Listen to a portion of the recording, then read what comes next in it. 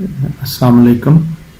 میرا بیٹا جس کی عمر تقریباً 10 سال ہے، 1 مہینہ پہلے اس کو ایک دن کمر میں اس نے شدید درد کی شکایت کی، اور اگلے دن اس کی ٹانگوں پہ سرخ رنگ کے دانے اور دھبے ظاہر ہو گئے، اور تیسرے دن اس کی ٹانگوں میں بالکل سکت نہ رہی اور اس نے چلنے پھرنے سے معذور ہو گیا۔ ہم اس کو اٹھا کر واش روم لے کر جاتے تھے، وہ بالکل چل نہیں سکتا تھا، قدم نہیں اٹھا سکتا تھا۔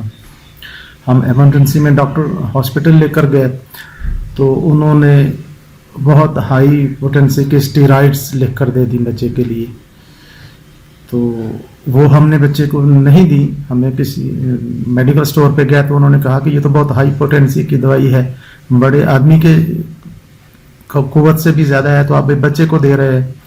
تو ہم نے وہ دوائیاں بچے کو استعمال نہیں کرائیں۔ تو حکیم شرافت صاحب سے میرا پہلے سے تعارف تھا، تو پھر میں نے ان سے رابطہ کیا۔ انہوں نے کہا کہ بچے کا کرورہ بھیج دیں، میں دیکھ کے تو پھر آپ کو دوائی تجویز کروں گا۔ تو اگلے دن میں نے ان کو بچے کا پیشاب کا سیمپل بھیج دیا اور انہوں نے دوائیاں بھیج دی۔